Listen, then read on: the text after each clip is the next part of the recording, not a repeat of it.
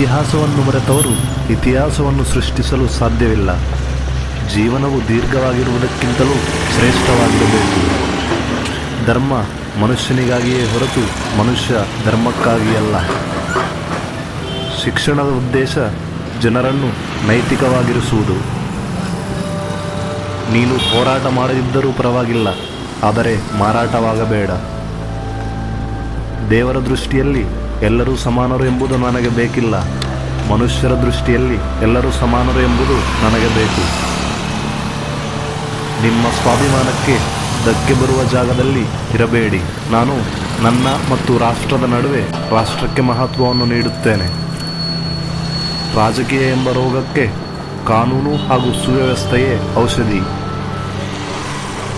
ಸಂವಿಧಾನವು ಎಷ್ಟೇ ಉತ್ತಮವಾಗಿದ್ದರೂ ಅದನ್ನು ಅನುಷ್ಠಾನಕ್ಕೆ ತರುವವರು ಅಯೋಗ್ಯರಾಗಿದ್ದರೆ ಪ್ರಬಲ ಸಂವಿಧಾನವೂ ಕೂಡ ದುರ್ಬಲವಾಗುತ್ತೆ. ನಮ್ಮ ಜೀವನ ಸಾರ್ಥಕವಾಗಿರುವುದು ನಾವು ಸಂತೋಷದಿಂದ ಇದ್ದೇವೆ ಎಂಬುದರಿಂದಲ್ಲ, ನಮ್ಮಿಂದ ಎಷ್ಟು ಜನ ನೆಮ್ಮದಿ ಹಾಗೂ ಶಾಂತಿಯಿಂದ ಇದ್ದಾರೆ ಎಂಬುದರಿಂದ.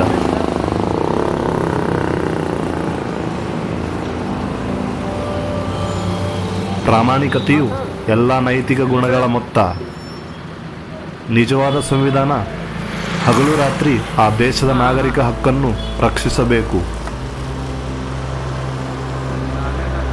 ನಾನು ಸ್ವಾತಂತ್ರ್ಯ, ಸಮಾನತೆ ಮತ್ತು ಸಹೋದರತೆಯನ್ನು ಕಲಿಸುವ ಧರ್ಮವನ್ನು ಇಷ್ಟಪಡುತ್ತೇನೆ. ಉದಾಸೀನತೆ ನಮ್ಮ ಮೇಲೆ ಪರಿಣಾಮ ಬೀರುವ ಕೆಟ್ಟ ಕಾಯಿಲೆ. ಮನಸ್ಸಿನ ಅಭಿವೃದ್ಧಿ ಮನುಕುಲದ ಅಂತಿಮ ಗುರಿಯಾಗಬೇಕು. ವಿದ್ಯಾವಂತರಾಗಿ, ಸಂಘಟಿತರಾಗಿರಿ ಮತ್ತು ಉತ್ತೇಜಿತರಾಗಿರಿ. ಶಿಕ್ಷಣ ಪ್ರಬಲ ಹಾಗೂ ಪರಿಣಾಮಕಾರಿಯಾದ ಅಸ್ತ್ರ. ನೀವು ಗೌರವಾನ್ವಿತ ಬದುಕನ್ನು ಬದುಕಬೇಕೆಂದರೆ ಸ್ವಸಹಾಯ ಜೀವನ ಶೈಲಿಯನ್ನು ಪಾಲಿಸಬೇಕು. ಇದೇ ಸರಿಯಾದ ಜೀವನ ಶೈಲಿ. ನನ್ನ ಹೋರಾಟ ಸಂಪತ್ತಿಗಾಗಿ ಅಥವಾ ಅಧಿಕಾರಕ್ಕಾಗಿ ಅಲ್ಲ, ಮಾನವನ ವ್ಯಕ್ತಿತ್ವದ ಪುನಃ ಸ್ಥಾಪನೆಗಾಗಿ.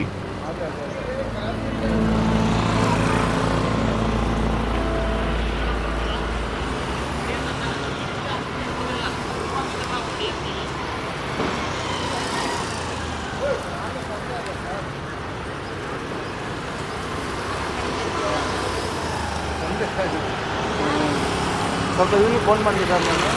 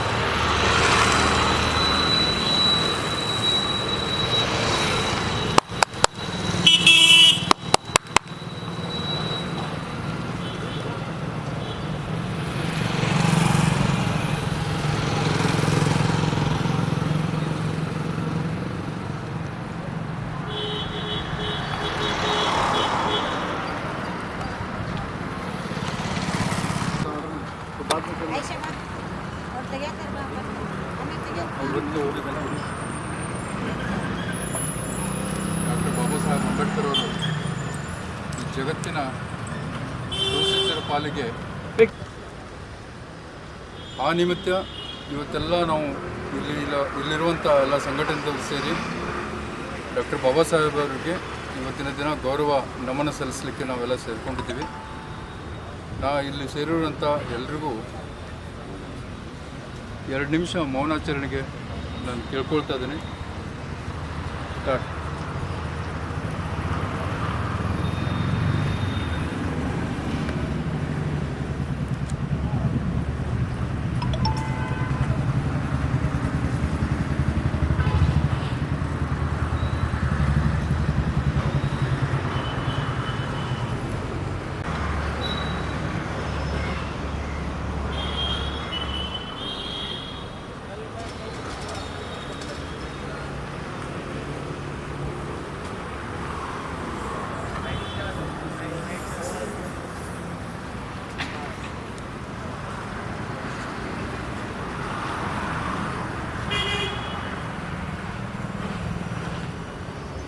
ಜೈ ಭೀಮ್. ಜೈ ಭೀಮ್.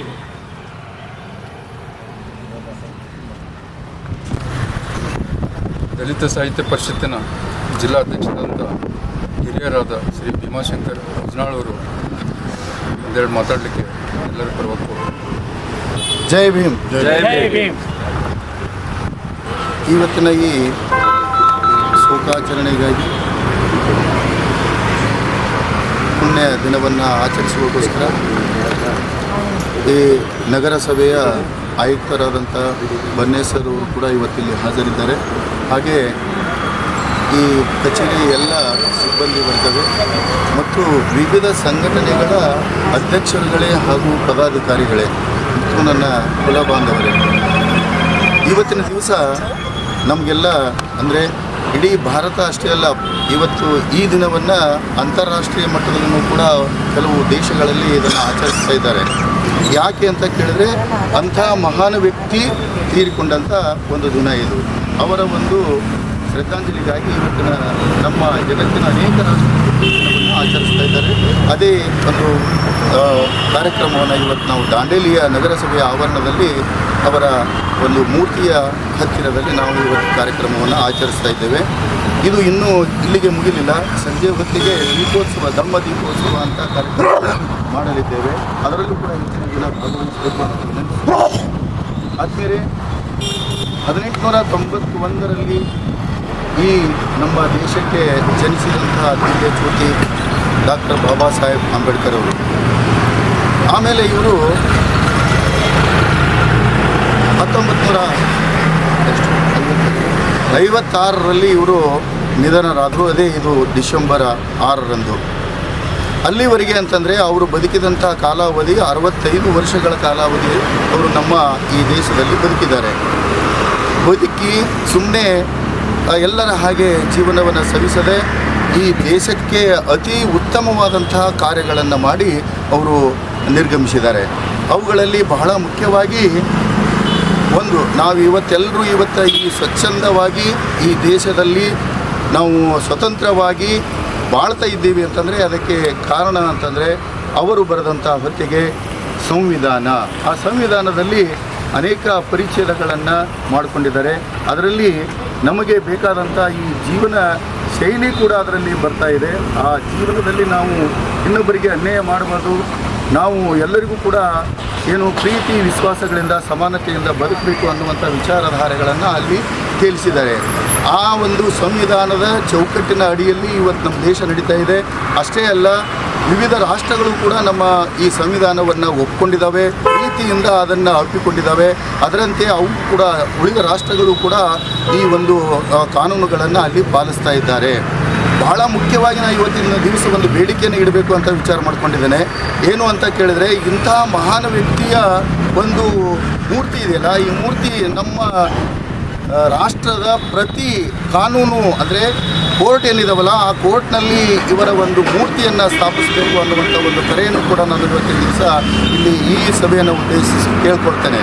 ಯಾಕೆ ಅಂತ ಕೇಳಿದ್ರೆ, ಕಾನೂನವನ್ನು ನಮ್ಮ ಕೈಗೆ ಕೊಟ್ಟಂಥ ವ್ಯಕ್ತಿ ಅವರಾಗಿರುವುದರಿಂದ, ಆ ಕಾನೂನುಗಳ ಅಡಿಯಲ್ಲಿ ನಾವು ಬಾಳ್ತಾ ಇರುವುದರಿಂದ ಅವರ ಒಂದು ಮೂರ್ತಿಯನ್ನು ನಾವು ಪೂಜೆ ಮಾಡಿಕೊಂಡು ಈ ಕಾರ್ಯಕ್ರಮಕ್ಕೆ ಇಳಿದ್ರೆ ಅದು ಯೋಗ್ಯ ಅಂತಕ್ಕಂಥದ್ದು ನನ್ನ ಅನಿಸಿಕೆಯಾಗಿದೆ. ಸುಮಾರು ನನ್ನ ಸ್ನೇಹಿತರ ಅನಿಸಿಕೆಯೂ ಕೂಡ ಅದು ಆಗಿದೆ. ಆದ್ದರಿಂದ ಎಲ್ಲ ಕೋರ್ಟ್ಗಳಲ್ಲಿ ಮೊಟ್ಟ ಮೊದಲಿಗೆ ಒಂದು ಹೊರಾಂಡದಲ್ಲಿ, ಅಂದರೆ ಅಲ್ಲಿ ಒಳಗಡೆ ಎಂಟ್ರ್ ಆದ ನಂತರ, ಮೂಲ ಬಾಗಿಲಿಂದ ಎಂಟ್ರ್ ಆದ ನಂತರ ಇವರ ಒಂದು ಮೂರ್ತಿಯಲ್ಲಿ ಸ್ಥಾಪನೆ ಆಗಬೇಕು ಅನ್ನುವಂಥ ಒಂದು ಕರೆಯನ್ನು ಕೂಡ ನಾನು ಇವತ್ತಿನ ದಿವಸ ಇಲ್ಲಿ ಕೊಡಲಿಕ್ಕೆ ಇಚ್ಛಾಪಡ್ತೇನೆ.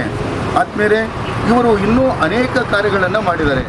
ಈ ಒಂದು ರೂಪಾಯಿ ಅಂತಕ್ಕಂಥದ್ದು, ಆ ರೂಪಾಯಿಯ ಬೆಲೆಯನ್ನು ಯಾವ ರೀತಿ ನಾವು ನಮ್ಮ ಜೀವನದಲ್ಲಿ ಅಳವಡಿಸ್ಕೊಳ್ಬೇಕು, ಅದರ ಒಂದು ಆಗು ಹೋಗುಗಳ ಬಗ್ಗೆ, ಅದರ ಮೌಲ್ಯದ ಬಗ್ಗೆ ಅವರು ಸವಿಸ್ತಾರವಾಗಿ ಅಧ್ಯಯನ ಮಾಡಿ ಅದರ ಬಗ್ಗೆಯೂ ಕೂಡ ಒಂದು ಪುಸ್ತಕವನ್ನು ಕೂಡ ಬರೆದು ಅಲ್ಲಿ ಅವರು ಡಾಕ್ಟರೇಟ್. ಇನ್ನೊಂದು, ಈ ಬ್ಯಾಂಕ್ಗಳಿದಾವಲ್ಲ, ಇವತ್ತು ನಾವು ಬ್ಯಾಂಕ್ಗಳಲ್ಲಿ ನಮ್ಮ ಹಣವನ್ನು ಒಯ್ಯುತ್ತೇವೆ, ಅದು ಲೇವಾದೇವಿ ವ್ಯವಹಾರವನ್ನು ಅಚ್ಚುಕಟ್ಟಾಗಿ ನೆರವೇರಿಸಲಿಕ್ಕೆ ಆ ರೀತಿಯ ಒಂದು ಬ್ಯಾಂಕ್ಗಳ ಹುಟ್ಟಿಗೆನೂ ಕೂಡ ಡಾಕ್ಟರ್ BR ಅಂಬೇಡ್ಕರ್ ಅವರೇ ಕಾರಣೀಪುರುಷರು ಅಂತಕ್ಕಂಥದ್ದನ್ನು ಕೂಡ ನಾವೆಲ್ಲ ಜನಾಂಗದವರು ಕೂಡ ತಿಳ್ಕೊಳ್ಬೇಕಾದಂಥ ವಿಚಾರ ಇದೆ.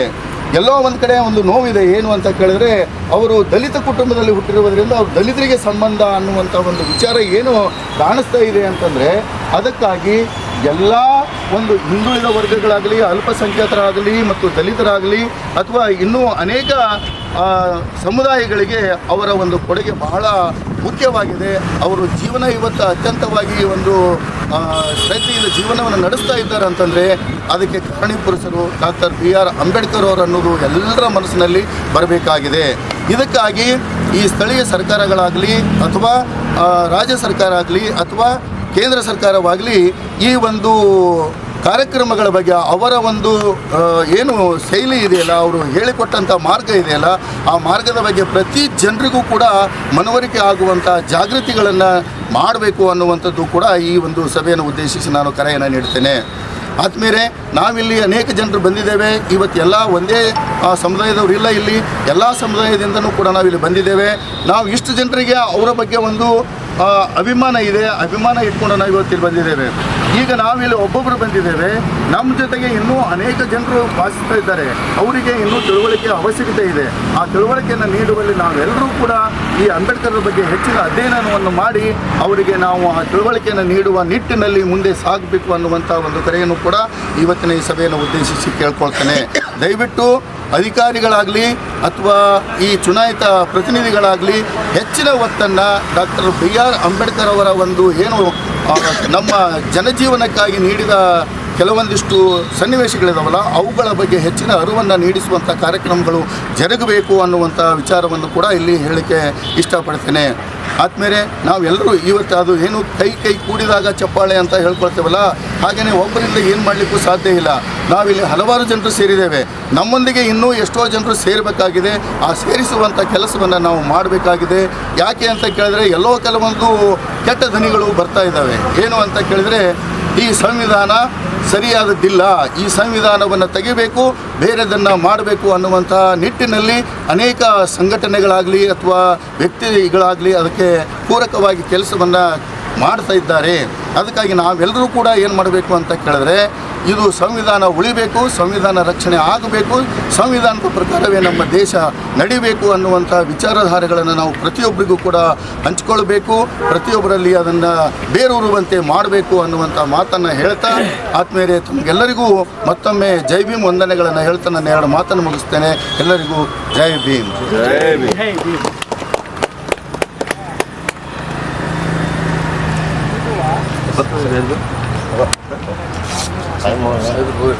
ಸಂಜೆ 6 ಗಂಟೆಗೆ ಟೈಮಿಂಗ್ ಕರೆಕ್ಟ್ ಹೇಳಿ.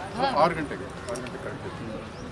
ಎಲ್ಲರೂ ಎಲ್ಲ ದಾಂಡೇಲಿಯ ಎಲ್ಲ ಸಂಘಟನೆದವರು, SC ಸಂಘಟನೆ ಅಂತ ಹೇಳಿದ್ರು, ಪ್ರತಿಯೊಂದು ಸಂಘಟನೆದವರು ಎಲ್ಲ ಸಮಾಜ ಬಾಂಧವರು ಇವತ್ತು ಸಂಜೆ 6 ಗಂಟೆಗೆ ಸೇರಿ ಬ್ರಹ್ಮ ದೀಪೋತ್ಸವ ಬೆಳಗಿಸಿ ಡಾಕ್ಟರ್ ಬಾಬಾ ಸಾಹೇಬ್ ಅವರಿಗೆ, ಅಂಬೇಡ್ಕರ್ ಅವರಿಗೆ ಗೌರವ ನಮನ ಸಲ್ಲಿಸಬೇಕಂತ ಎಲ್ಲರೂ ಪ್ರೋಗ್ರಾಮ್ ಕೇಳ್ಕೊಳ್ತಾರೆ.